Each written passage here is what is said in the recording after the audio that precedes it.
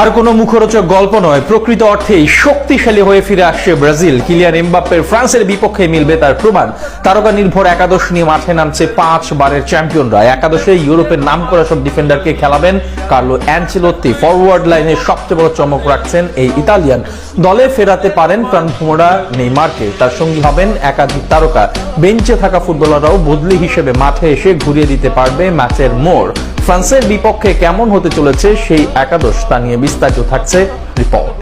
2026 সালের international window মাঠে গড়াবে আগামী মার্চে। আর মার্চের এই উইন্ডোতে 5 বারের বিশ্ব চ্যাম্পিয়ন ব্রাজিল মাঠে নামবে ফরাসিদের বিপক্ষে। মূলত কার্লো আনচেলোত্তি 2026 বিশ্বকাপে মাঠে নামার আগে পরাশক্তি দলগুলোর বিপক্ষে খেলে নিজের শক্তিমাত্রা পরখ করে নিতে চান, বাড়িয়ে নিতে চান পুরো দলের আত্মবিশ্বাস।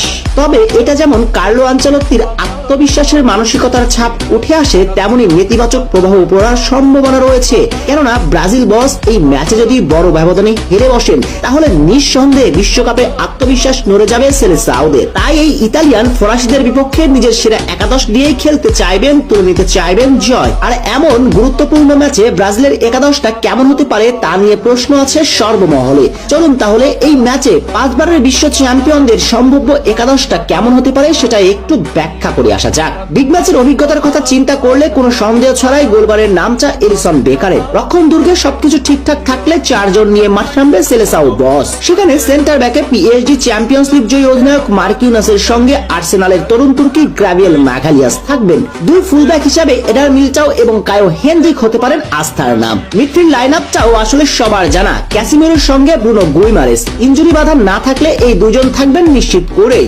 তবে আনচেলোত্তি মধুর সমস্যায় পড়তে পারে ফরওয়ার্ড লাইন সাজাতে গিয়ে। সান্তোসের জার্সিতে স্বরূপে ফিরেছেন নেইমার, তাকে দলে ডাকবেন সম্ভবত আগামী উইন্ডোতে। কিন্তু ব্রাজিলিয়ান নাম্বার 10 কে দলে ডাকলে স্কোয়াডের বাইরে যাবেন কে? নেইমারের অনুপস্থিতিতে তার পজিশনে খেলা রদ্রিগো বাইরে যাবার প্রশ্নই আসে না।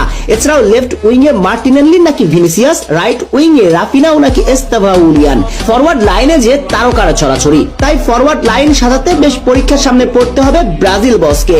শেষ পর্যন্ত ব্রাজিল বস তার ফরওয়ার্ড লাইনে রাখতে পারেন লেফট সাইডে বিগ ম্যাচের অভিজ্ঞতা বিবেচনা করে ভিনিসিয়াস জুনিয়রকেই, অপর প্রান্তে রাখতে চলেছেন রাফিনিয়াকে। তবে এই দুইজনকে প্রথাগত উইঙ্গার হিসেবে না খেলিয়ে মূলত রাইট এবং লেফট মিডফিল্ডার হিসেবে খেলাতে চাইবেন। ক্যাসিমেরো এবং ব্রুনোর সঙ্গে ভিনিসিয়াস এবং রাফিনিয়াকে দেখা যাবে 2 মিডফিল্ডার হিসেবে। তারা সেখান থেকে মিডফিল্ডের বিল্ডআপে অংশ নিয়ে আক্রমণে যাওয়া এবং নিচে এসে ডিফেন্সিভ ইম্প্যাক্ট রাখবেন। তাই কার্লো আনচেলোত্তির ফরাসিদের বিপক্ষে সম্ভাব্য ফরমেশনটা হতে চলেছে 4-4-2। সেক্ষেত্রে আনচেলোত্তির ফাইনাল থার্ডে সম্ভবত 2 নাম, নেইমার জুনিয়র এবং ডিবক্সের মাঝে রদ্রিগো। এই ভারসাম্যপূর্ণ একাদশ নিয়ে